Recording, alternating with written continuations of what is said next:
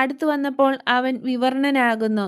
കാരണം ആളുകൾ തന്നെ ശ്രദ്ധിക്കുകയെന്നത് ആൻഡ്രുവിന് ഒരു പീഡനം തന്നെയാണ്. അയാൾ ഈശോയോട് രഹസ്യം പറയുന്നു. ഗുരു, അങ്ങേക്ക് എൻ്റെ കൂടെ വരാം. കാരണം കുറച്ച് നന്മ ചെയ്യാനുണ്ട്. അങ്ങേക്ക് മാത്രമേ അത് കഴിയൂ. എന്ത് നന്മയാണെന്ന് ചോദിക്കുക പോലും ചെയ്യാതെ ഈശോ ഉടനെ എഴുന്നേൽക്കുന്നു. എന്നാൽ പത്രോസ് ചോദിക്കുന്നു, നീ ഗുരുവിനെ എങ്ങോട്ടാണ് കൊണ്ടുപോവുക? അവൻ വളരെ ക്ഷീണിതനാണ്.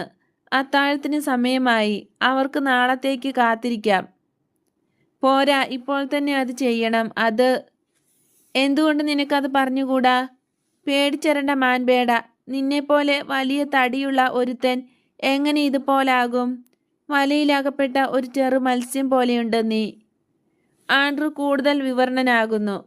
ഈശോ അയാളെ തന്നോട് ചേർത്ത് നിർത്തിക്കൊണ്ട് പറയുന്നു, ഇതുപോലെ അവനെ എനിക്കിഷ്ടം